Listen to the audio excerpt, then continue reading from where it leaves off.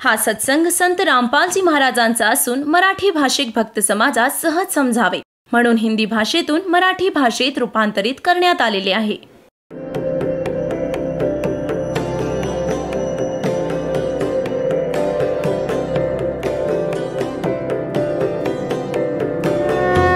और ज्ञान सब ज्ञान डी कबीर ज्ञान सो ज्ञान और जैसे घोड़ा तोब कायम करता चले मैदान. जगद्गुरु तत्वदर्शी संत रामपालजी महाराजांचे अमृत वचन सर्व पवित्र धर्मांच्या व पवित्र शास्त्रांच्या आधारावर.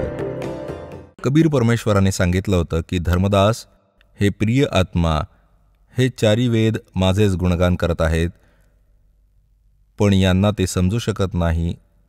आता जेव्हा आदरणीय धर्मदासजींच्या विषयी माहिती तुम्हाला देईन तर त्यांच्याशी बोलताना काय काय गोष्टी झाल्या.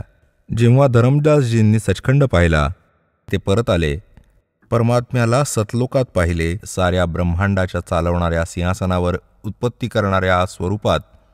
आणि त्याच्या आधी आदरणीय धर्मदास साहेबजी हिंदू धर्मात जन्मलेले, एक लालाजी शेठच्या घरी जन्म होता, खूप धनवान व्यक्ती होते.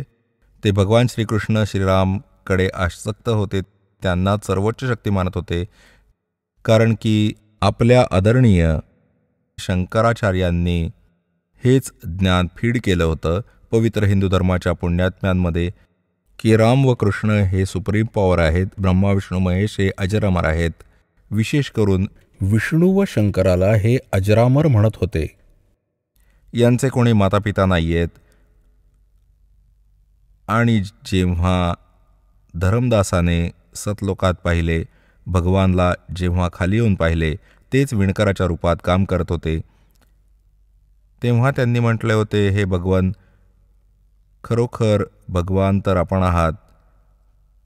तर आम्हाला सांगितलं गेलं की पुराणात लिहिलं आहे की श्री विष्णूजी सर्वोच्च शक्ती आहेत, वेदात लिहिलं आहे की विष्णूच सुप्रीम पॉवर आहेत, शंकर भगवान सर्व शक्तिमान आहेत, हे अजर अमर आहेत. हे परमात्मा, काय मग हे वेद पुस्तकं खोटी आहेत? पुराण व वेद काय खोटे आहेत? जे यात असं लिहिलं आहे की ब्रह्मा विष्णू महेशचे कोणी मातापिता नाहीत. तेव्हा परमेश्वरांनी सांगितलं होतं, वेद कतेब झूठे निभाई, झूठे हैं ये समजे नाही. खोटे ते आहेत जे वेदांना पुराणांना समजू शकले नाहीत. उवाबाईंच्या ज्ञानाचा प्रचार करतायत. हे लोक वेद सांगतात, तुम्हाला कोड्यात टाकतात. तर परत शंका वाटली की हे परमेश्वर, इतके महर्षी झाले, सतयुगापासून आजपर्यंत काय कोणाला वेद समजले नाहीत? तेव्हा परमेश्वरांनी सांगितलं होतं, गुरु बिन काहू पाया ज्ञाना, जो थोथा भुसछड़े मूड किसाना. गुरु बिन वेद पढ़े जो प्राणी, समझे न सार रहे अज्ञानी.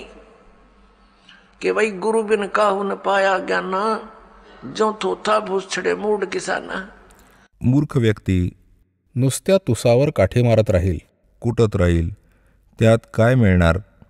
तर या प्रकारे हे नुसती तुसं कुटत होते. सर्व ऋषी महर्षी जसे काल आपल्याला दाखवलं होतं सत्संगात, ओळख करून दिली होती त्या पुराणांची, ज्यात ब्रह्मा विष्णू महेश नाशवान आहेत, ते स्वतः स्वीकार करतात आमचा जन्ममृत्यू होतो. तर परमात्म्याने सांगितलं होतं, गुरु बिन काहू न पाया ज्ञाना, जो थोथा भूसड़े मूड किसाना. और गुरु बिन वेद पढ़े जो प्राणी, समझे ना सार रहे अज्ञानी. हे सगळे अज्ञानी राहिले अजूनपर्यंत. परमात्मा आले होते गुरुरूपामध्ये, ते गुरु होते, ते सद्गुरू होते. आता नकली गुरु पण घडले, यासाठी सद्गुरू म्हणायला लागले. आता खोटे सद्गुरू पण निघाले असतील, तेव्हा सद्गुरूची ओळख करून देण्यासाठी प्रमाण दाखवायला लागतं दासाला की कोण आहे सद्गुरू. हे नकली सद्गुरू, यांना काहीच माहिती नाही, नाव लावतात सद्गुरू, जगद्गुरू. तर पुण्यात्म्यांनो, आता तुम्ही स्वतः शिक्षित व्हाल आणि स्वतः आपण निर्णय करू परमात्मा कोण आहे, कसा आहे. आपण कोणाच्या लोकवेदाच्या आधारावर नाही राहणार. खूप दिवस राहिलो. आता ही सर्व भूमिका जी दासाने बनवली, वेदांनी प्रमाणित केली, तो परमात्मा चांगल्या आत्म्यांना येऊन भेटतो, त्यांना ज्ञान देतो, यथार्थ ज्ञान देतो.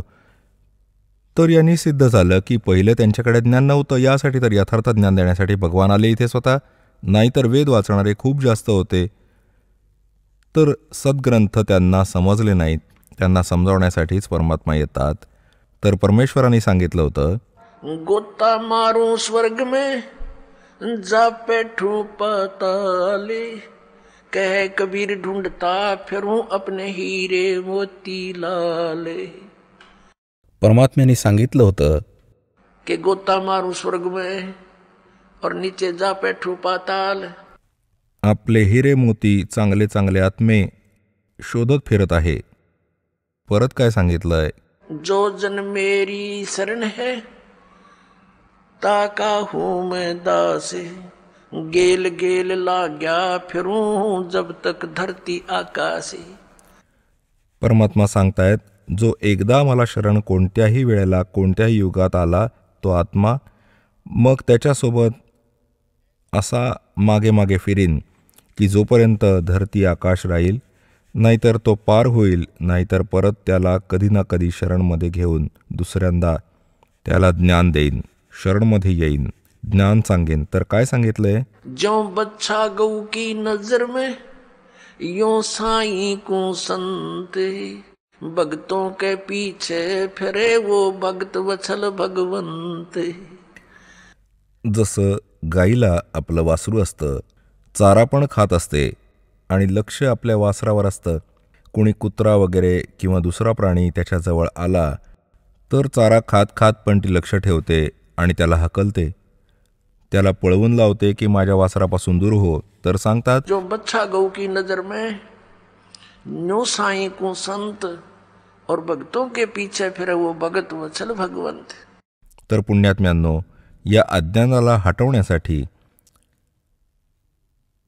परमेश्वर स्वतः येतात की परमात्मा कोण आहे, तो कुठे राहतो आणि कसे ते स्थान प्राप्त होऊ शकेल जिथे गेल्यानंतर साधक परत परतून जगात नाही आहेत. आता आपण पाहिलं, वेद काय साक्ष देतात की तो परमात्मा आपल्या त्या तिसऱ्या मुक्तिधाममध्ये तिथे राहतो, तिथून चालत येतो, चांगल्या आत्म्यांना भेटतो, त्यांना ज्ञान देतो. त्याच आधाराने हे गुण आहेत त्या परमात्म्याचे, तो अशी लीला करतो. त्याच लीलेच्या अंतर्गत कलियुगात तो परमेश्वर कोणकोणत्या महान आत्म्यांना भेटला. आदरणीय धर्मदास साहेबजी, बांधवगडवाल्यांना, आदरणीय मुलुकदासजी, आदरणीय नानक साहेबजी, शीख धर्माच्या प्रवर्तकांना, आदरणीय दादू साहेबजी, आदरणीय गरीबदास साहेबजी, गाव चुडाणी, जिल्हा झज्जर, हरियाणावाले, यांना आदरणीय घिसादास साहेबजी, गाव खेकडा, जिल्हा मेरठ, उत्तर प्रदेश, या महापुरुषांच्याबद्दल तर दासाला माहिती आहे आणि अन्य खूप महापुरुषांना ते असे भेटतात. आदरणीय नामदेवजी यांना भेटले होते, आदरणीय हजरत महम्मदजी यांना पण भेटले होते. हजरत महम्मदजी यांनी परमात्म्याच्या ज्ञानाला स्वीकारलं नव्हतं, बाकी सर्व महापुरुषांनी परमात्म्याच्या ज्ञानाला स्वीकारलं होतं. आता काय सांगतात की हम मोहम्मद को वहां ले गयो. कबीर परमेश्वर सांगतात, सतलोकाला घेऊन गेले, इच्छा रूपी वहां नहीं रहो. उल्ट मोहम्मद मैल पठाया, गुज बीरज एक कलमा लाया, रोजा बंग नमाज दई रे, बिस्मल की नहीं बात कही रे. आता काय सांगतात की आम्ही या हजरत महम्मदला पण घेऊन गेलो होतो, कारण सर्व आत्मा या एकाच परमात्म्याच्या आहेत, अल्लाह कबीरजींच्या आहेत. त्या परमाक्षर ब्रह्म सत्पुरुषाचे आहेत. त्यांना पाहिजे की जो चांगला आत्मा आहे की ज्याच्या मागे खूप लोक लागली आहेत, त्यांना अजून खरं काय ते सांगितलं तर यांना समजावतील आणि लवकर माझ्या शरणमध्ये घेऊन येतील. परंतु इथे परमात्म्याची जी गोष्ट सहज नाही समजली गेली. तर काय सांगतात, परमात्म्याने परत येऊन सांगितले की हे मुसलमानांनो, तुम्ही हजरत मुहम्मदच्या नावावर जो हा बिस्मिल करता, तो बिस्मिल करण्याची गोष्ट त्यांनी नाही सांगितली. त्यांनी काय सांगितलं, रोजा बंग नमाज दई रे, बिस्मल की नहीं बात कही रे, नबी मोहम्मद ना गोश्त खाया. हजरत मोहम्मदने, नबी मोहम्मदने मांस नाही खाल्लं म्हणतात. अरस कुरस पर अलह तकत है, खालिक बिन नहीं खाली, और वो पैगंबर पाक पुरुष थे साहिब के अब्दाली. ते पैगंबर तर पुण्यात्मा होते, ते असा जुलूम करतील जसं तुम्ही करता. मांस खाता, गाई कापता, डुकरं खाता, बकरं खाता, कोंबड्या खाता. उनको दीदार कहाँ है जो काटे गळा बिराना. दुसऱ्यांचा गळा कापतात, त्यांना काय भगवान परमात्मा मिळेल? नबी मोहम्मदला नमस्कार आहे की नबी मोहम्मद आदरणीय महापुरुष होते आणि राम रसूल तर काय, तो भगवानाचा अल्लाचा दूत म्हटला गेला. और 1,80,000 को सौगंध जिन नहीं करत चलाया. हजरत मोहम्मदांचे 1,80,000 अनुयायी झाले होते त्यावेळी, आणि ते पवित्र शुद्ध होते, सर्व वाईटापासून दूर होते, व्याज पण नव्हते घेत, ते कोणाही बरोबर खून मारामारी नाही करत होते. हे मना केले होते, त्यांनी सिद्धांत बनवला होता. नबी मोहम्मद नमस्कार है राम रसूल कहाया. 1,80,000 को सौगंध जिन नहीं करत चलाया. अरस कुरस पर अल्लाह तकत है खालिक बिन नहीं खाली. और वो पैगंबर पाक पुरुष थे साहिब के अब्दाली. ते तर परमात्म्याचे कृपापात्र होते, त्यांनी असा जुल्म नाही केला. तर परमात्मा सांगतात, मोहम्मद को हम वहां ले गयो, इच्छा रूपी वहां नहीं रहो. उल्ट मोहम्मद महल पठाया, गुज बीरज एक कलमा लाया, रोजा बंग नमाज दई रे, बिस्मिल की नहीं बात कही रे. कहते मारी गौ शब्द के तीरम, ऐसे होते मोहम्मद पीरम. और शब्द फेर जवाई, वो जीव रखा हंसा रख्या, गोसत नहीं बाख्या, ऐसे पीर मोहम्मद भाई. ते हजरत मोहम्मद असे सिद्ध पुरुष होते. एकदा त्यांनी वचनाने गाईला मारलं आणि वचनाने जिवंत केलं. तिचं मांस नाही खाल्लं, तिला जिवंत केलं होतं, आणि तुम्ही करून दाखवा जिवंत. त्या दिवसाला, ज्या दिवशी हजरत मोहम्मदने ही लीला केली, त्या दिवसाला साजरं करू लागले. त्या दिवशी हे गाईला विशेष करून बिस्मिल करतात. परमात्मा सांगतात, त्यांनी तर जिवंत केली होती, तिचं मांस नाही खाल्लं. आणि काय सांगतात? परमात्मा सांगतात, एका वेळी हजरत मोहम्मदजीने वचनाने गाय मारली आणि जीवित नाही होऊ शकली, कारण ज्या सिद्धी प्राप्त झाल्या होत्या भगवानाकडून त्याच्या 1-2 करामती दाखवल्याने फेल झाल्या. तर म्हणतात, फिर हम मोहम्मद याद किया रे. परमात्मा सांगतात, मग हजरत मोहम्मदाने माझी आठवण केली. जेव्हा हे जीव आपल्या सामर्थ्याने हारून जातात, तेव्हा परमात्म्याची आठवण करतो. जब हम मोहम्मद याद किया रे और शब्द स्वरूपी हम बेग गया रे, मुई गऊ हमने बेग जिवाई, तब मोहम्मद का निश्चय आई. तुम कबीर अल्लाह दरवेशा और मोहम्मद का फिर गया अंदेशा. हजरत मोहम्मदकडून जेव्हा गाय जिवंत नाही झाली, तेव्हा सांगतात, त्यांनी अल्लाहू अकबरला हाक मारली. तो शब्द स्वरूपी हम बेग गया रे, हम तुरंत गए लेकिन अन्य को दिखाई नहीं दे रहे थे. हजरत मोहम्मदला दिसत होतो आणि ती गाय आम्ही जिवंत केली, तर समोर उभ्या लोकांना हाच भ्रम वाटला की हजरत मोहम्मदने गाय जिवंत केली. पण त्या दिवशी हजरत मोहम्मदला हा विश्वास वाटला की अल्लाहू अकबर ही अल्लाह कबीरच आहे. आता त्या अल्लाहू अकबरला मुसलमान जाणत नाहीत, ओळखत नाहीत की कोण आहे तो अल्लाहू अकबर, कोण आहे तो अल्लाह कबीर. याच प्रकारे झाकी वे कबीर की नानक की तीवा, व सिक्कांगा गळपडी कोण छुटावेता. सतलोकात नानक साहेबजींना परमात्मा घेऊन गेले होते. तिथे जाऊन पाहिले कबीर साहेब यांना नजारा सतलोकाचा, आणि परत त्या काशीमध्ये एक धानक रूपात, विणकर रूपात कार्य करताना पाहिलंय.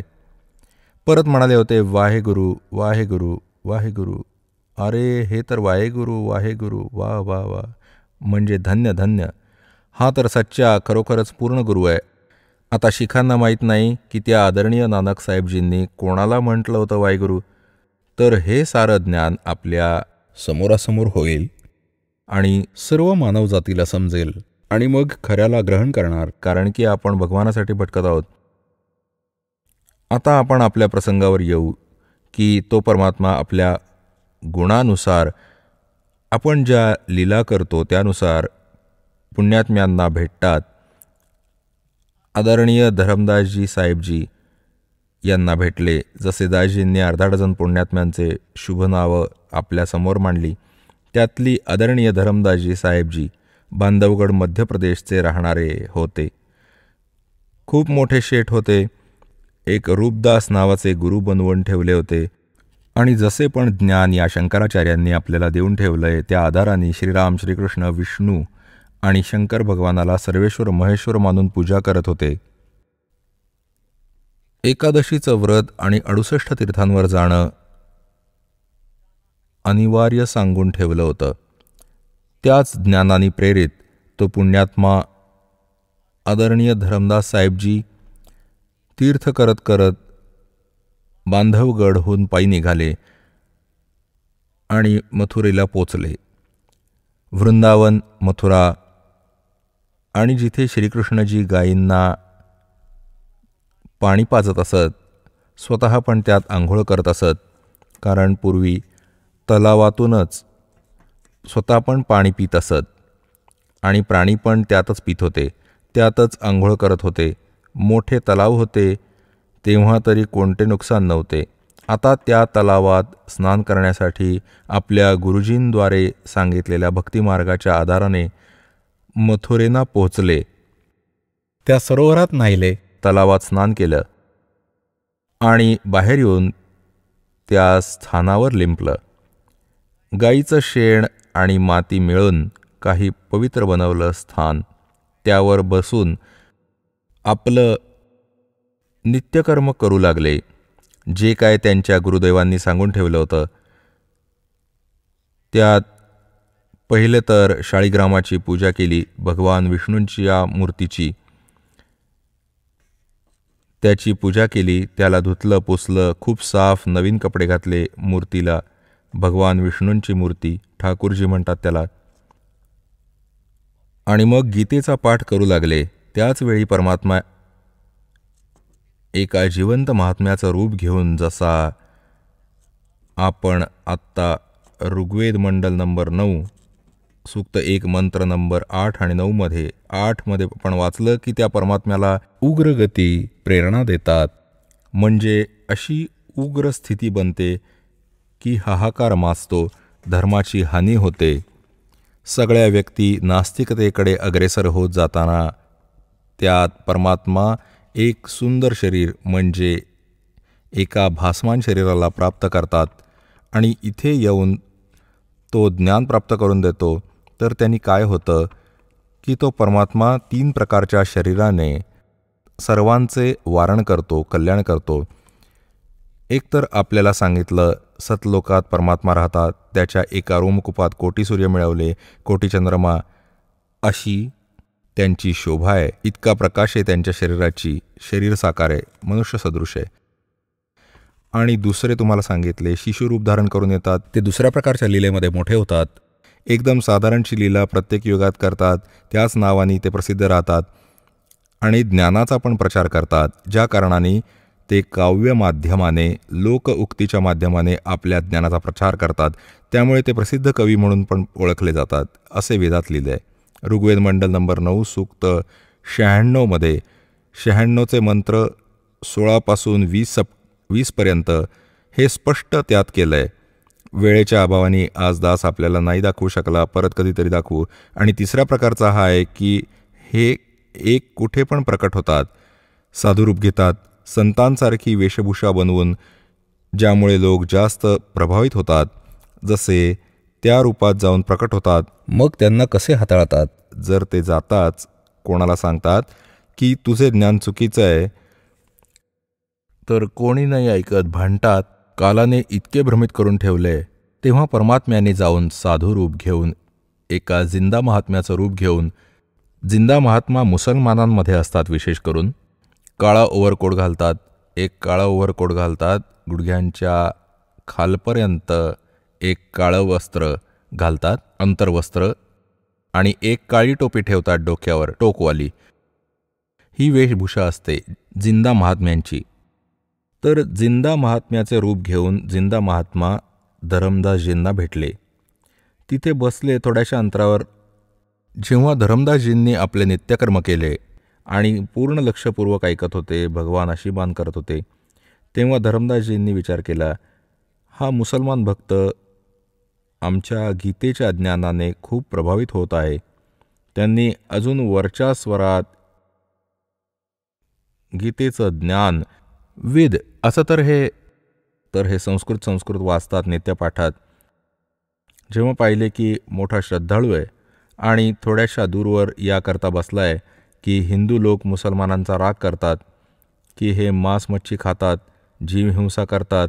याकरता विशेष करून हे साधू संत भक्त यांच्याशी अंतर ठेवूनच राहतात. या आधाराने भगवानांचे कितीतरी भक्त भटकू नयेत याकरता दूर बसून आता पुण्यात्म्यांनो, काळाकडून भ्रमित आम्ही अज्ञानी आत्म्यांना कसे आपल्या शरणामध्ये घेतात, भगवान कशी लीला करतात, ते दयाळू अशी मान हलवत होते.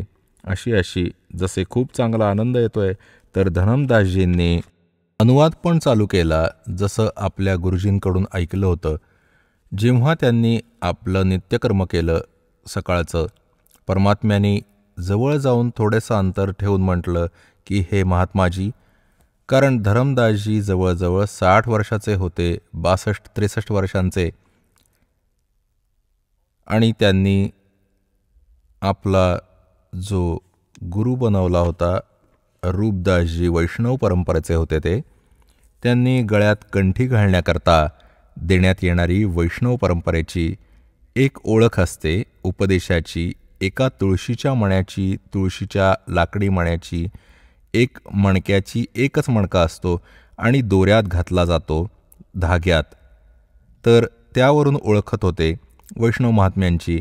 आणि तिलक लावला होता, जसे आपले शंकराचार्य लावतात बघा, की असे तेच लावत होते की ते रूपदास पण सरस्वती होते. जसे त्यांचे गुरुजी, जशी ती वेशभूषा आणि स्वतः बनून तो साधू संत जसा वाटत होता. तर परमात्म्याने म्हटले, हे महात्माजी, तुमचं ज्ञान अद्वितीय आहे. मला खूप आनंद झालाय. मी फिरतोय, मला कुठे मार्ग नव्हता मिळत. मला कोणत्या धर्माशी काही घेणं देणं नाही. मला तर माझं कल्याण हवं आहे. मला काही मार्गदर्शन करा. आता धरमदासजींनी विचार केला की ठीक आहे, जर इतकी इच्छा आहे, मग ते लागले सांगायला की आमच्या गुरुदेवांनी असं सांगून ठेवलंय, 68 तीर्थांचे तर मी यात्रेला निघालो आहे, 68 तीर्थांवर स्नान करून, आणि त्यातलं एक तीर्थ आमचं हे आहे. मथुरेचा हा तलाव पण आहे. मथुरापणे यानंतर मी वृंदावनात गोवर्धनाला प्रदक्षिणा घालेन. भगवान श्रीकृष्णांनी गोवर्धन म्हणजे गिरिराजाला हातावर उचललं होतं आणि नंतर मी बरसानाला जाईन. राधेकडून शिफारस मिळवायला राधे राधे श्याम मिळू दे, कारण राधाजी बरसाण्याची मुलगी होती, श्रीकृष्णाला भेटण्यासाठी येत होती वृंदावनात मथुरेला. आता राधाच मुश्किलीने भेटायची रडरडून भगवान श्रीकृष्णाला, आणि ही शिफारीस लावण्यासाठी जात होते राधेकडे. तिथे ना राधा ना कृष्ण, भोळ्या माणसा, असे भ्रमित करून ठेवलंय. राधे राधे श्याम मिला दे. राधेश्याम भेटतील, तो श्याम भेटेल का नाही, आणि तो श्याम भेटला तर काय काय होईल. आमचे वेद सांगतात, गीता सांगते की या भगवानाला मोक्ष नाही. आणि परमेश्वर कबीरजींनी सांगितलंय, गुण तीनों की भक्ति में ये भूल पड़ो संसार, कह कबीर निज नाम बिना कैसे उतरो पार, तीन देव की जो करते भक्ति उनकी कबू ना होवे मुक्ती. आता धरमदासजी सांगत आहेत. आणि त्यानंतर एकादशीचं व्रत करतो मी, हे खूप उत्तम व्रत आहे, हे केल्याने मोक्ष मिळतो. श्राद्ध घालतो, सर्व क्रिया करतो आम्ही, आणि रामकृष्णाचा जप करतो. हरे कृष्ण हरे राम, राम राम राधेश्याम, सीताराम हरे राम, हे आमचे मंत्र आहेत. ओम नमः शिवाय. आता परमात्म्याने जेव्हा त्यांनी सर्व काही सांगितले, तेव्हा सांगितलं, हे महात्माजी, माझा उद्धार करा, दीक्षा द्या मला तुम्ही, मला आपला शिष्य बनवा, आणि माझी काही उत्सुकता आहे, माझ्या काही शंकांचं समाधान पण हवं आहे. तर धरमदासजी म्हणाले, ऐका, आम्ही शिष्य नाही बनवू शकत, कारण असे शिष्य बनवणं पाप असतं, कारण मला आदेश नाही आहे, आणि माझे गुरुजी आहेत रूपदासजी, त्यांच्याकडे चला, मी तुम्हाला दीक्षा द्यायला सांगेन. तर परमात्म्याने म्हटले, ठीक आहे, तुम्ही असेच करा, पण माझ्या काही शंकांचं समाधान करा, तर मला विश्वास होईल की चलेन मी तुमच्याबरोबर, बोला बोला. तेव्हा परमात्म्याने म्हटलं की तुम्ही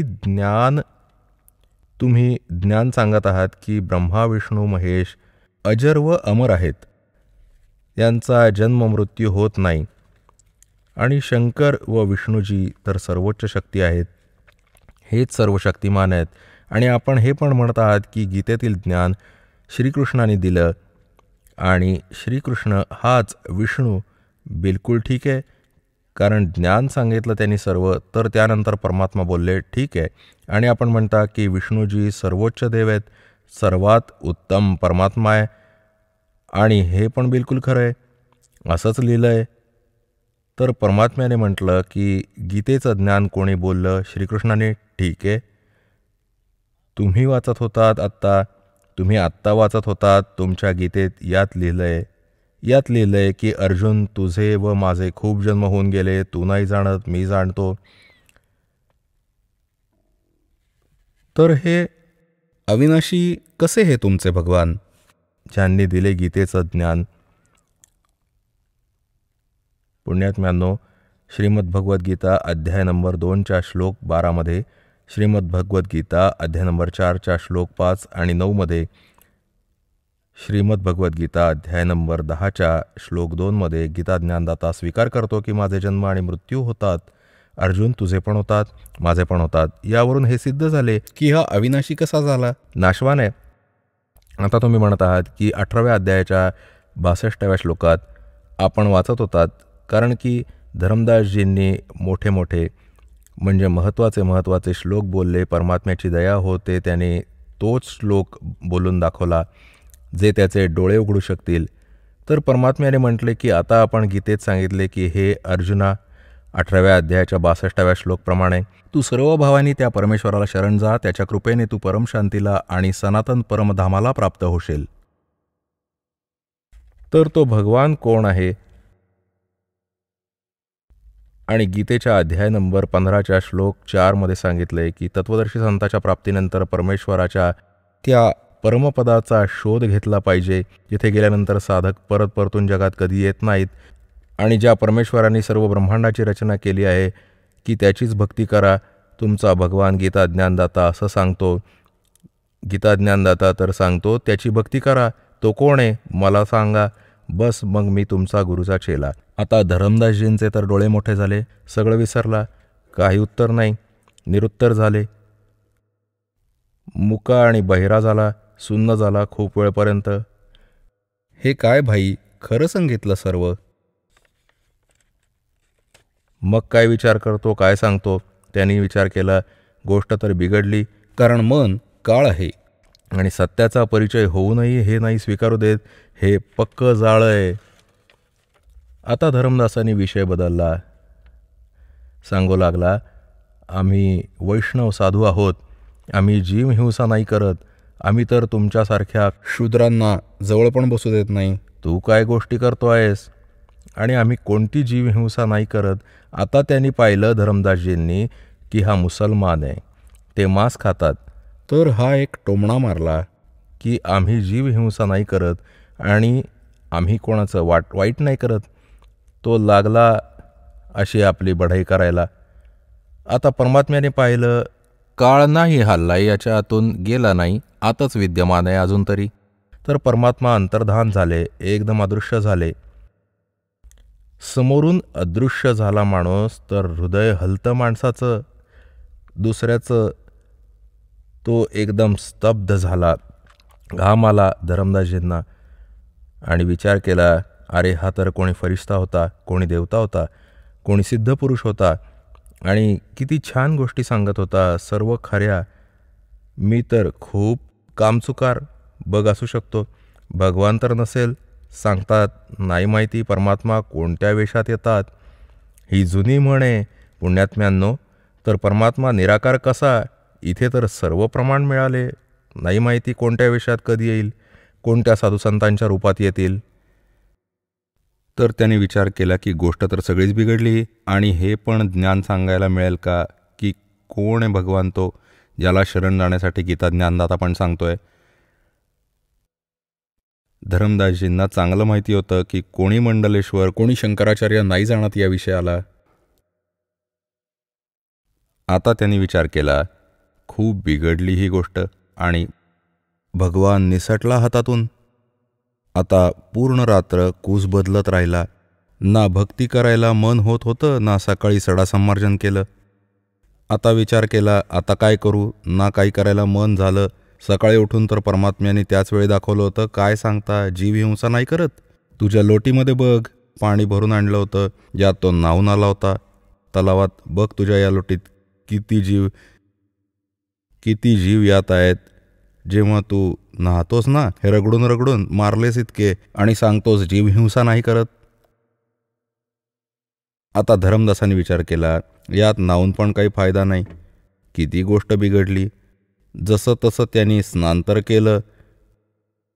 कपडा झटकून पाण्याला त्यांनी वेळेवर विचार केला, पोळी बनवू आणि सटकू इथून. आता ते संत भेटले नाहीत तर हे धक्के खाण्याचा काही फायदा नाही. तो वेळेवर उठला, जेवण बनवायला लागला. लाकडं जमा करून ठेवली होती संध्याकाळी. त्यात एक मोठं लाकूड होतं, बाकी सोबत छोटी लाकडं लावून चूल पेटवली. जेवण बनवू लागला आणि पूर्ण रात्र गोष्ट हीच होती मनात, हे भगवान, तो महात्मा परत एकदा दिसू दे, तो महापुरुष परत भेटू दे. मी कोणताही विवाद नाही करणार, मोठ्या प्रेमाने ज्ञान विचारीन. हे परमात्मा, माझी ही विनंती अवश्य ऐका प्रभू. असं म्हणत राहिला आणि सोबत जेवण पण बनवत राहिला. भगवान आणि संतांच्या सोबत विवाद आणि पश्चात्ताप पण करत होता. डोळ्यातून अश्रू वाहत होते की हे काय झालं माझ्याबरोबर. हे कसलं ज्ञान मला ऐकवलं, कोणी ऐकवलं, कोण होता तो. असंच जेवण बनवता बनवता काय झालं, सूर्योदय झाला. सकाळी सकाळी उजेड लवकर पडायला लागतो. तिथून जेवण तयार होऊ लागलं. लाकूड जळत जळत ते मोठं लाकूड आतून पोकळ होतं. त्यात मुंग्या होत्या, त्या बाळंत होत्या. अंडी देऊन ठेवली होती, खूप भरपूर होती. जेव्हा धरमदासाची दृष्टी पडली तेव्हा ते फक्त 9 इंचाचं राहिलं होतं, बाकी जळून गेलं होतं. तेव्हा त्यांनी पाहिलं, अरे हे तर काय. पाहिले की त्या पोकळ बिंदूतून, पोकळ स्थानातून मुंग्या अंडी दातात धरून बाहेर येत आहेत. आणि थोडंसं ओलं लाकूड असतं, ते जळत्या वेळी मागच्या भागावर कोणता तरी पातळ पदार्थ उकळत असल्यासारखा असतो. मॉइश्चर असतं त्यात, ते बाहेर येऊन उकळत असतं. आणि त्या मुंग्या पुढे तर जळतायत, अग्नीमुळे बाहेर येण्याचा प्रयत्न करतायत, तेव्हा जळतायत. त्या उकळणाऱ्या पातळ पदार्थावर पडतायत, लाकडाच्या टोकावर, तिथं जळतायत. त्याचवेळी त्यांनी मागे पुढे काहीही न पाहता आपल्या लोटीतलं पाणी टाकलं, लाकूड विझवलं, जितकं जेवण बनवलं होतं ते वेगळं ठेवून दिलं. आणि विचार करायला लागला, आज तर मी जुलूम केला हे भगवान. किती पाप आहे, कुठे ठेवू त्याला हे भगवान. आज तर मी गुन्हा केला. इतक्या मुंग्या जाळल्या, त्यांची अंडी पिल्लं पण बरोबर जाळली. आता त्यांनी विचार केला की याचं प्रायश्चित्त करतो आपल्याच विचाराने, की आज आहार नाही करणार, मी निराहार राहीन, मी जेवण नाही खाणार. या जेवणाला कोणत्या तरी साधू संताला भक्त भुकेलेला खाऊ घालीन आणि या पापातून माझी सुटका होईल. या उद्देशामुळे पूर्ण सामान ठेवून भोजन थाळीमध्ये झाकून आणि चालायला लागला संतांच्या शोधात. म्हणतात, सोचल छिद्र मैं करूं. परमात्मा कबीरजी म्हणतात, आपल्या आत्म्याचा हेतू आणि तिथे बसून साधू संतांचं रूप बनवून, ज्याला संत मानत होतो आपण, लाल कपडे आहेत किंवा दाढी वाढवलेली आहे किंवा कधी मुंडण करून ठेवलेलं आहे, गळ्यात माळा आहेत, तिलक लावलेला आहे, त्यांना आपण संत मानत होतो. त्याच रूपात हिंदूवाले संत रूपात एका झाडाखाली बसले होते. धरमदासांची नजर गेली. धरमदासजींनी जाऊन बघितलं, महात्माजी बसले होते. नाही ओळखू शकले, कारण रूपांतर होतं. आणून ठेवलं त्यांच्यासमोर, आहार ठेवून म्हटलं, भगवान, हे महाराज, भोजन घ्या, भूक लागली असेल. परमात्म्याने म्हटलं, हो भाऊ धरमदासजी, भूक लागली आहे, ठेव. आता त्यांनी पाहिलं, धरमदास तुझं नाव घेतलं. तर त्यांनी विचार केला की मी भंडारे करत राहतो, हे महात्मा येतच असतील, जाणत असतील मला, घ्या भोजन घ्या महाराज. परमात्म्याने काय केलं, एक लोटी ठेवली होती पाण्याची आपल्याजवळ, त्यातून थोडं पाणी घेतलं आणि थाळीत ठेवलेल्या जेवणावर मंत्र म्हणून शिंपडलं. एक मंत्र पुटपुटला. काही वेळाने काय पाहिलं की सर्व अन्नाच्या मुंग्या झाल्या आणि थाळी काळी झाली. मुंग्यांनी अंडी तोंडात धरून थाळीतून बाहेर निघण्याचा प्रयत्न करत होत्या. तेव्हा परमात्मा त्याच जिंदा महात्म्याच्या रूपात विराजमान झाले. तेच रूप घेतलं आणि म्हणाले, अरे अन्यायी, तू सांगत होता की मी जीव हिंसा नाही करत, तुझ्यापेक्षा तर कसाही पण चांगला, आणि हे पापाचं भोजन तुम्हाला खायला आणलं होतं. जेव्हा धरमदासजींनी पाहिलं की हा तर तोच महात्मा आहे, पाया पडले, पाय पकडले, रडले खूप की महाराज माफ करा मला, या पापी अपराध्याला. माझ्याकडून काल खूप मोठी चूक झाली. भगवन, मला काही अजून ज्ञान ऐकवा. तेव्हा परमात्म्याने त्याला ज्ञान ऐकवलं, सृष्टीरचना ऐकवली, आणि परत गोष्ट आली, परत ब्रह्मा विष्णू महेश्वर की ते अजर अमर नाहीत, त्यांचा जन्ममृत्यू होतो. तर धरमदासजींच्या परत दुसऱ्यांदा एकदा परत थोडासा मनात दोष निर्माण झाला आणि म्हटलं, महात्माजी बघा, तुमच्या गोष्टींचा मी स्वीकार करत आहे, परंतु श्रीरामकृष्णाच्या वर माझा आत्मा स्वीकार नाही करत की यांच्यावरती पण कोणी परमात्मा असू शकतो. भगवंतांनी विचार केला, काळ तर अजून पाय घट्ट रोवून बसलाय याच्यात आणि निघाला नाही. परमात्मा परत अंतर्धान पावले. सर्व कथा ऐकून सर्व ज्ञान ऐकवले.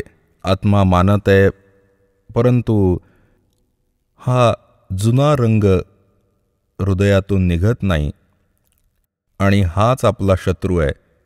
आता धरमदासजींनी पाहिलं की परत हा आता कधी नाही भेटणार. मी तर गुन्हा केला, आणि ती चूक मानल्यानंतर त्याला पश्चाताप खूप झाला. रडत राहिला, रडायला लागला जोरजोरात.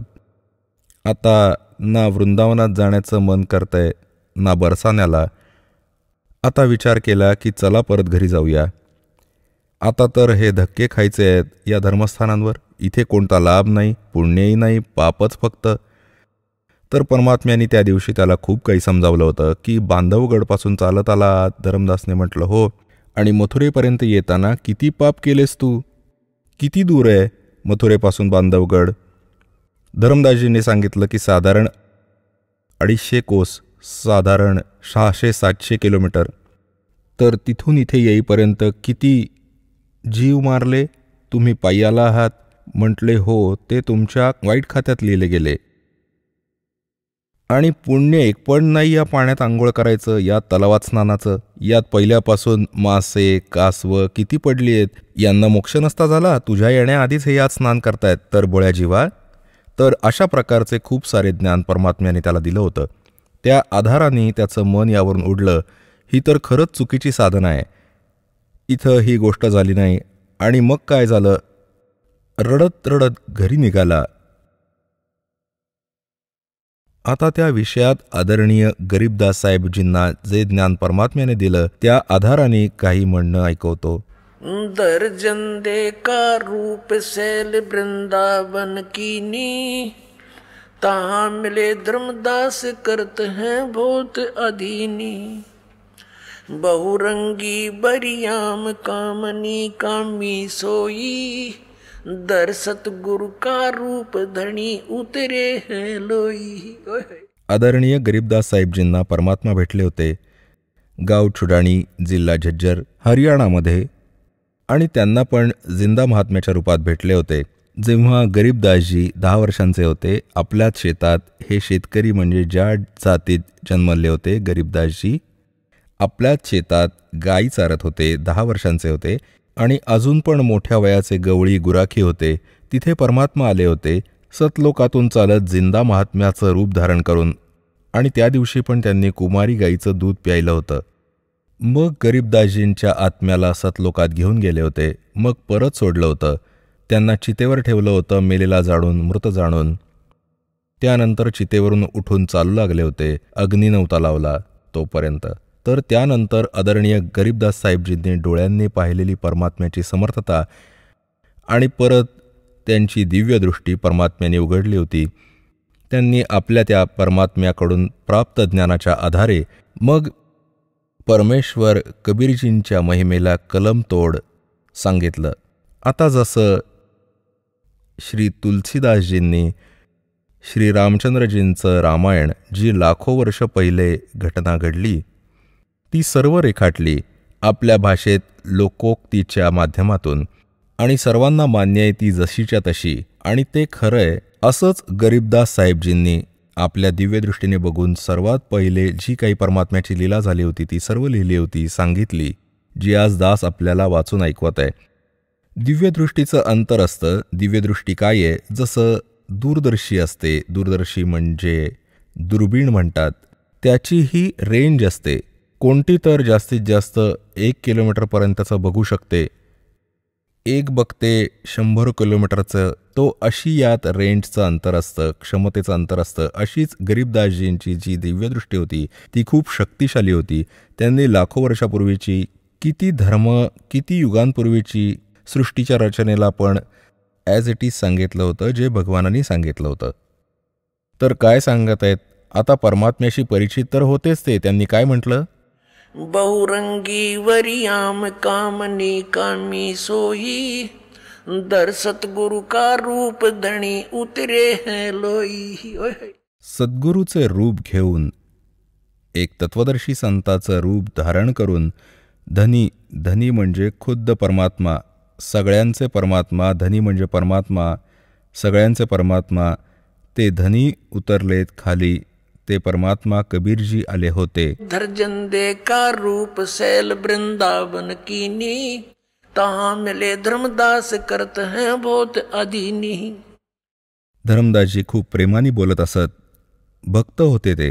परम उजागर रूप ध्यान बहुरंगी बाना, तहाँ मिले धर्मदास आचार विचार दीवाना. कौन तुम्हारी जात कहाँ से आए स्वामी, पूछे पुरुष कबीर धनी साहेब निकामी. आता परमात्म्याने बघा पुण्यात्म्यांनो, ते आपले परमात्मा आपल्यासाठी किती फिरत आहेत, दुःख सहन करतायत. आपल्याला त्यांच्या शरणात घेऊन सुख देण्यासाठी, सतलोकात घेऊन जाण्यासाठी, तुमच्या सर्व संकटांचा नाश करण्यासाठी तुमच्या जवळ येऊ पाहतात. परंतु आपण ज्ञान चुकीचं गोळा करून ठेवलंय, ज्या कारणाने आपण भगवानाला ओळखू नाही शकत. परमात्म्याने येऊन काय सांगितलं? कौन तुम्हारी जात कहाँ से आए स्वामी. धर्मदासजींना, त्या जीवाला, 2 कवडीच्या जीवाला तो परमेश्वर येऊन सांगतोय, कुठून आलात स्वामी? हे स्वामीजी, स्वामीचा अर्थ काय होतो? परमात्मा. हे स्वामीजी, हे परमात्मा, कुठून आलात आपण? जेव्हा त्यांनी सरळ सांगितलं तेव्हा ते ऐकलं नाही, कारण त्यात तर काळ भरला होता पूर्ण. तर काय म्हणतात परमात्मा? कौन तुम्हारी जात कहाँ से आए स्वामी, पूछे पुरुष कबीर धनी साहेब निकामी. पूछे धनी कबीर साहेब निकामी. त्याचा कोणता स्वार्थ नाही, तरी पण आपल्यासाठी भटकत राहतात. आता धर्मदासजी सांगतात, हम वैष्णो बैरागी धर्म में सदा रहाही, सुधर न बैठे संग कल्प ऐसी मन माही. सुन जिंदा मम ज्ञाने को अधिक आचार विचार, अमरी करणी जो करे उतरे भवजल पार. श्रीमद भगवद गीता अध्याय नंबर 4च्या श्लोक नंबर 25 पासून 30 पर्यंत वर्णन केलंय की कोणीतरी देवतांची पूजा करतात, कोणी फक्त सद्ग्रंथांचा स्वाध्याय करत राहतो, कोणी योगासन करत राहतो, कोणी अहिंसावादी म्हणजे पांढरं वस्त्र धारण करतो, तोंडाला पट्टी बांधून अनवाणी फिरत राहतो, तर कोणी कोणत्या प्रकाराने साधना करतो, कोणी हठयोग करतो, घोर तपस्या करतो आणि सगळे आपापल्या साधनांना, उपासनांना पापनाश करणारी मानतात, म्हणजे श्रेष्ठ मानतात. तर असेच धर्मदासजी सांगू लागले की जे आम्ही सांगतो ना तशी क्रिया करा, त्याचा मोक्ष होऊन जातो, कल्याण होऊन जातं, भवसागरातून तो पार होऊन जातो. सुन जिंदा मम ज्ञान को. धर्मदासजी सांगतात, हे जिंदा महात्मा, हे जिंदा, ऐक माझ्या ज्ञानाला. अधिक आचार विचारे, अमरी करणी जो करे उतरे भवजल पारे. बोले धनी कबीर सुनो वैष्णो बैरागी, कौन तुम्हारा नाम गाम कहिए बडभागी. परमात्मा म्हणतात, सांगतात, म्हटले धनी कबीर ते. परमात्मा कबीर म्हणाले धनी, सगळ्यांचे परमात्मा, कुळाचे धनी. बोले धनी कबीर सुनो वैष्णो बैरागी, कौन तुम्हारा नाम गाम कहिए बड़वागी। कौन कौम कुल जात कहाँ को गमन किया है, कौन तुम्हारी रेस किन्हें तुम नाम दिया है। कोण गुरु बनवला तुम्ही, कौन तुम्हारा ज्ञान ध्यान सुमरण है भाई, और कौन पुरुष की सेव कहाँ समाधि लगाई। कोणत्या भगवानाची सेवा म्हणजे पूजा करत आहात आणि कुठे समाधी लावत आहात तुम्ही। को आसन को गुफा के भर मत रहो सदाई, सालग सेवन कीन बहुत अति भार उठाई। तुमचं कोणतं निश्चित स्थान आहे का, कुठे कोणत्या गुहेत राहता का, असेच रमत राम आहात, हिंडत फिरत राहता आणि शाळीग्राम आपण घेऊन ठेवलाय, खूप वजन उचलून घेतलंय मूर्तीचं।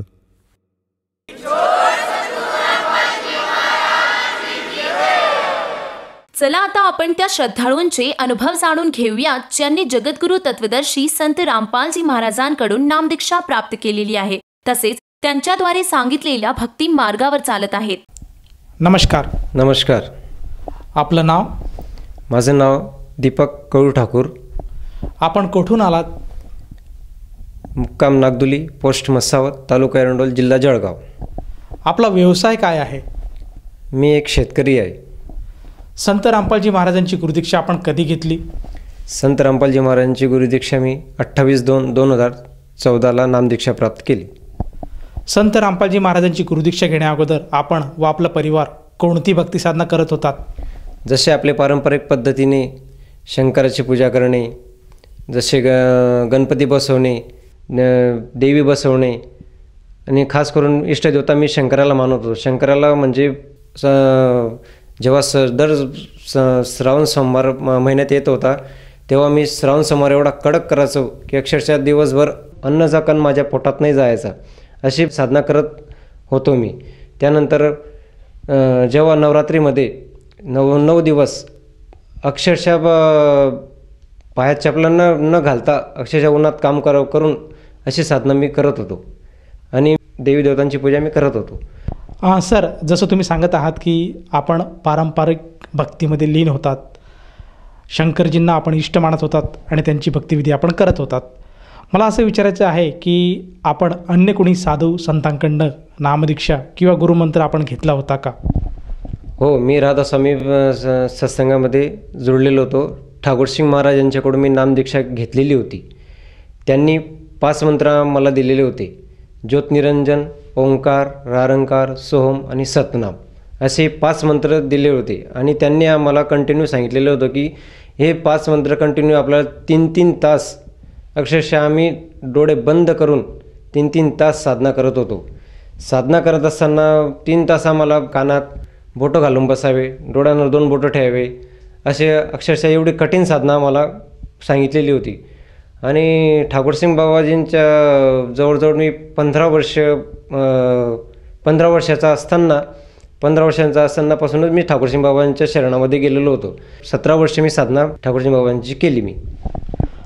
सर, जसं तुम्ही सांगत आहात की संत रामपालजी महाराजांच्या शरणात येण्यापूर्वी आपण अन्य देवी देवतांची पूजा करत होतात, त्याचप्रमाणे राधास्वामी पंथ यांच्याकडनं सुद्धा आपण गुरुमंत्र आणि नामोपदेश घेतला होता। मग आपल्याला संत रामपालजी महाराजांच्या शरणात यावं असं का वाटलं आणि संत रामपालजी महाराजांचीच शरण घ्यावी आणि त्यांचीच भक्ती करावी असं आपल्याला का जाणवलं? वडिलांमार्फत मी संत रामपालजी महाराजांच्या शरणमध्ये आलो। वडिलांना अक्षरशः प्रत्येक साधू संतांचे सत्संग ऐकायला हे फार आवडत होतं।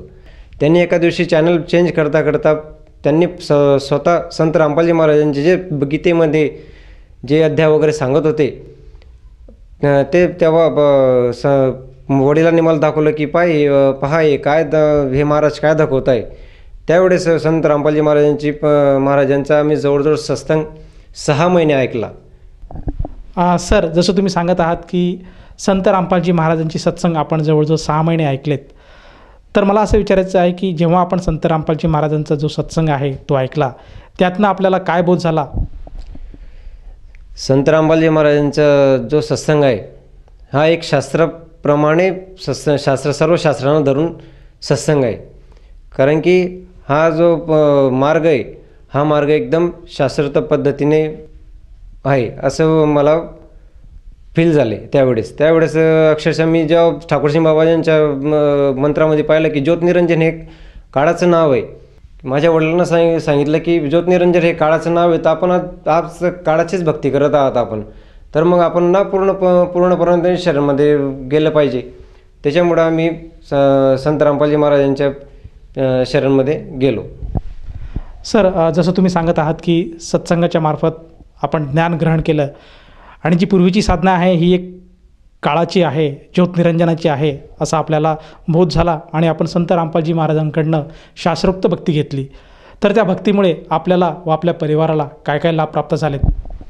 सर, लाभ तर लहान मोठे भरपूर आहे सर. मी एकच लाभ असा सांगू इच्छितो जो माझ्या जीवनात एकदम महत्त्वाचा आहे. सर, ज्या वेळेस माझ्या पत्नीला गर्भधारणा झाली, गर्भधारणा असताना ज्यावेळेस तिची गर्भपिशी फाटली आणि ज्यावेळेस अक्षरशः तिचे म्हणजे रक्तस्राव एवढा चालू झाला, मी जळगावहून पारोड्याला तिला आणलं. पारोड्याहून तिचा रक्तस्राव थांबेना. अक्षरशः परमात्म्याला मी भयान झालो की परमात्मा हा रक्तस्राव तरी थांबणार कसा. ज्यावेळेस मी धुळे सिव्हिलला तिला नेलं, धुळे सिव्हिलला नेताना ज्यावेळेस ती अशा कंडिशनमध्ये होती की तिला हाकसुद्धा मारत नव्हतं की तू आहे का गेली. असं असताना रक्तस्राव मी तिला ॲडमिट केलं. डॉक्टरांनी मला सांगून दिलं की तुम्ही आता रक्ताच्या पिशव्यांची तयारी करा, कारण तुमच्या पत्नीच्या शरीरातही रक्तस्राव तर नाहीच आहे, रक्ताचा पुरवठा हा पूर्णपणे संपलेला आहे, आता ही तुमची पत्नी फक्त भगवानच वाचवेल असे डॉक्टरांनी मला सांगितले. आणि त्यावेळेस मला अक्षरशः म्हणजे काहीच उमजत नव्हतं. मला अक्षरशः फक्त दिसेना फक्त संत रामपालजी महाराजांचे मंत्रच दिसत होते की परमात्मा आता तूच सर्व, भगवान तुझा सर्व वाचवशील. ज्यावेळेस सिझर झालं तिचं त्यावेळेस अक्षरशः ऑपरेशन थिएटरमधून बाहेर काढल्यानंतर त्यावेळेस डॉक्टरांनी मला सांगितलं की बाबा तुझी पत्नी फक्त भगवानच वाचू शकेल, याच्या व्यतिरिक्त कोणीच वाचू शकेल नाही. मुलगी झाली होती मला. मुलगीचं वजन अक्षरशः म्हणजे 1 किलोला बी कमी होती आणि 1 किलोला कमी असताना डॉक्टरांनी मी तर तिला मेल्यावरच सोडून दिलं होतं की हिला बघू, नंतर पहिले आपण आपल्या पत्नीला पाहू. संध्याकाळी 7 वाजता 7:30 वाजता तिचं सिझर करून तिला ICUमध्ये टाकलं. ICUमध्ये टाकलं असताना तिला बी डॉक्टरांनी काय सोडून दिलं की ही स्त्री वाचणार नाही, कारण की हिचा स्राव पूर्ण रक्त पूर्ण संपलेलं आहे शरीरातलं आणि हिचं हे रक्त कधी लागेल आणि कधी स्टार्ट होईल याचं काही सांगता येणार नाही. आणि डॉक्टरांनी मला सोडून दिलं. अक्षरशः मी एकदम निराश अवस्थेत बसलो. मला फक्त परमात्म्याशिवाय काहीच दिसत नव्हतं की परमात्मा, मी मनातल्या मनात संत रामपालजी महाराजांना मनातल्या मनात एवढी अरदास लावली की संत रामपालजी महाराज, मला या जगात कोणीच दिसत नाही, मला कोणीच सहारावाणी मला वाटत नाही की तूच आहे आता सर्व काही. आणि मी रात्रभर कंटिन्यू आयसूच्या दरवाजासमोर बसून परमात्म्याच्या प्रथम नामाचं स्मरण एवढं केलं की अक्षरशः मला सुद्धा आठवते की मी काय करत होतो बियो. आणि ज्यावेळेस दुसऱ्या दिवशी माझ्या पत्नीला जेव्हा तिने मला पाणी मागितलं त्यावेळेस मला वाटलं की नाही, आता परमात्मा सर्व काही करतील आणि संत रामपालजी महाराज सर्व काही करतील. त्यावेळेस मला अक्षरशः वाटलं की माझा परिवार नाही गेला नाही, आहे वाचलेला आहे. परमात्मा संत रामपालजी महाराजांना मी अरदास लावला की महाराज, आता हे दोघं जीव तुमच्या हातात आहे आणि हे तुम्हाला वाचावे लागतील, नाही तर मी गावात तोंड दाखवा बिगर राहणार नाही. कारण की आपण बरेचसे अनुभव आपण बघितलेले होते आणि परमात्म्यांनी ती लीला पूर्ण केली त्यांची. आणि राहिला मुलगी अक्षरशः 1 किलोची न होती. 1 किलोची बी म्हणजे डॉक्टरांनी तिला मेल्यावरच सोडून दिलं होतं की तिचं अक्षरशः म्हणजे काहीच नव्हतं. नुसता मांसाचा गोळा असल्यामुळे तिचे छोटे हातपाय, एकदम डोकं छोटे, डॉक्टरांनी तिला मेल्यासारखे टाकली. आणि स्वतः ती मुलगी आज 3 वर्षाची एकदम तंदुरुस्त आहे, एकदम हसत खेळत आहे. सर, जसं तुम्ही सांगत आहात की जेव्हा आपण संत रामपालजी महाराजांच्या शरणात आले त्यावेळेस आपल्याला असं अनुभवायला मिळालं की आपल्या पत्नीची परिस्थिती अगदी खालावली होती, तिच्या शरीरातलं पूर्णपणे रक्त संपून गेलं होतं आणि आपली जी मुलगी आहे तीसुद्धा, तिचं वजन एकदमच कमी होतं. दोघं पण असे मृत म्हणून घोषित केले गेले होते. त्या दोघं पण आज सुखरूप आहेत. तर मी असं विचारतो आहे की भक्त समाजाला आणि जो श्रोतावर्ग आहे यांना आपल्या अनुभवावर कसा काय विश्वास बसेल की जे आपण सांगत आहात ते पूर्णपणे खरं आहे? हे खरं असं आहे सर की ज्याच्यावर बितते असं आपल्या महाराष्ट्रात म्हणे, ज्याच्यावर बितते त्यालाच समजतं हे माझ्यावर घडलेलं आहे. डॉक्टरांनी मला मृतच घोषित केलं. डॉक्टरांनी सुद्धा असं हे केलं होतं की बुवा तुझी पत्नी वाचणारच नाही, आणि हे घडून गेलेलं आहे. स्वतः डॉक्टर म्हणत आहे की आश्चर्य की हे झालंच कसं काय, कारण की ज्या शरीरातून पूर्ण ब्लड झालेलं आहे, ब्लड निघून गेलेलं आहे, तो माणूस वाचच कसं शकेल, असं हे सर्व माझ्यासमोर घडलेलं आहे. आणि मी हे स्वतः हकीकतमध्ये सांगतो आहे. त्यांना मी अक्षरशः इथं प्रत्यक्ष आणलेलं आहे, आणि तुम्ही त्यांना माझी पत्नी आणि मुलगीला पण बघू शकता. ताई, जसे आपल्या पतिदेवांनी आता जे भाकीत केलं आहे, जे सांगितलं आहे की आपल्याला आपल्या मुलीच्या डिलिव्हरीच्या वेळेस डॉक्टरांनी आपल्या दोघांनासुद्धा मृत घोषित केलं होतं, तर ही गोष्ट किती सत्य आहे? सत्य आहे ही गोष्ट. माझ्या मुलगीचं मरण पावली होती असं सांगितलं होतं, आणि मला पण तसंच सांगितलं. माझी म्हणजे गॅरंटी घेतली नाही ती डॉक्टरांनी, सह्या वगैरे सर्व घेतल्या होत्या. सर, या गोष्टीतून असं दिसून येतं आहे की हा एक चमत्कार आहे संत रामपालजी महाराजांचा, की 2 मृत जीवांचा संत रामपालजी महाराजांच्या दयेने आणि आपल्या सद्भक्तीमुळे ते आज सुखरूप आहेत, आज आपण बघू शकतात. तर ह्या अनुषंगाने जो श्रोतावर्ग आज आपल्याला बघत आहेत, या आपल्या अनुभवातून काय संदेश द्याल? संदेश तर मी काय देणार, मी तर फक्त एक प्रार्थना करणार की जी आपण भक्ती आजपर्यंत करत आहोत, ती मी जी करत होतो त्याच्याने तर आपल्याला काही लाभ मिळत नव्हता. ती उलटी सर्व भक्ती शास्त्रानुसार न होती. आणि जी मी संत रामपालजी महाराजांकडून जी नामदीक्षा प्राप्त केलेली आहे, ती एकदम शास्त्रानुसार भक्ती आहे. आणि जी शास्त्रानुसार भक्ती आहे, जिच्यामुळे आपल्याला बरेचसे लाभ होते. आता तुम्ही हे उदाहरण बघितलं माझ्या पत्नीचं आणि माझ्या मुलगीचं, जे अक्षरशः म्हणजे डॉक्टरांनी मृत घोषित केलेलं होतं. मृत घोषित केल्यानंतर त्यांना जे परमात्म्याने जीवदान, संत रामपालजी महाराजांनी जीवदान दिलेलं आहे. आणि मी एकच प्रार्थना करू शकतो भगत समाजाला की अगोदर तुम्ही संत रामपालजी महाराजांचं ज्ञान समजल्यानंतर तुम्ही जे करता याच्यानुसार बघत चला तुम्ही की बाबा आपल्या शास्त्रामध्ये दिलेलं काय आणि आपण करतो काय, याच्यानुसार आपण भक्ती करायला हवी आणि मोक्षप्राप्ती करायला हवी. सर, जसं तुम्ही सांगत आहात की संत रामपालजी महाराजांचा मार्ग हा खरा मार्ग आहे, ही सद्भक्ती आहे, ही आपल्या शास्त्रानुसार आहे, आणि ही आपण आपल्या शास्त्रानुसार पडताळून बघितली पाहिजे. जर एखाद्या साधकाने संत रामपालजी महाराजांचा सत्संग ऐकला, त्यांचं पुस्तक वाचलं, आणि त्यातला निदर्शनात आलं की संत रामपालजी महाराज जे सांगतायत ते खरा मार्ग आहे, आणि त्या अनुषंगाने जर त्या साधकाला संत रामपालजी महाराजांची नामदीक्षा घ्यावीशी असे वाटत असेल, तर तो साधक किंवा ती व्यक्ती नामदीक्षा कशी घेऊ शकेल? आजकाल संत रामपालजी महाराजांच्या दयेने विविध चॅनलवरती त्यांचे सत्संग चालतात, प्रवचन चालतात. त्या चॅनलवरती जे नंबर फ्लॅश होता त्या नंबरवरती आपण कॉन्टॅक्ट करून नामदीक्षा प्राप्त करू. आपल्या जेवढा सेंटर असेल, आपलं जे जिल्ह्याचं सेंटर असेल, तिथं आपण नामदीक्षा केंद्राचा माहिती करून तिथं आपण नामदीक्षा प्राप्त करू शकता. सर, जसं तुम्ही सांगत आहात की संत रामपालजी महाराजांच्या दयेमुळे आज महाराष्ट्रामध्ये प्रत्येक जिल्ह्यामध्ये नामदान केंद्राची सुविधा उपलब्ध आहेत. तर ह्या अनुषंगाने जर एखाद्या साधकाला संत रामपालजी महाराजांची नामदीक्षा घ्यावयाची असेल, तर त्या साधकाला त्या नामदीक्षेसाठी किती पैसे मोजावे लागतील? नाही, पैसे वगैरे काहीच नाही मोजावे लागणार. निःशुल्क नामदीक्षाही प्राप्त होईल. प्रत्येक सेंटरवरती तुम्ही जा, तिथं कुठल्याही महाराष्ट्रामध्ये कुठल्याही सेंटरवरती जा, तुम्ही तिथं निःशुल्क नामदीक्षा प्राप्त करू शकता. धन्यवाद. धन्यवाद.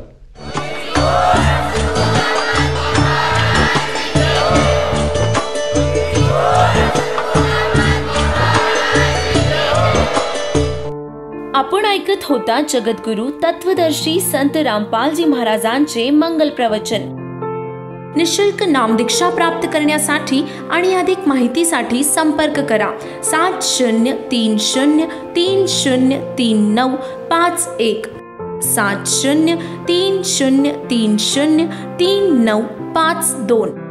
आमची वेबसाईट आहे www.jagadgururampalji.org. सर्व पवित्र धर्मांच्या पवित्र शास्त्रांवर आधारित प्रमाणित अनमोल पुस्तक ज्ञानगंगा किंवा जगण्याचा मार्ग यापैकी कोणतेही एक पुस्तक निःशुल्क मागविण्यासाठी आम्हाला आपले पूर्ण नाव, पूर्ण पत्ता, पिनकोड सहित आणि फोन नंबर लिहून 7030303951 7030303952 या नंबरावर SMS करू शकता किंवा आम्हाला 7030303950 या नंबरावर WhatsApp देखील करू शकता.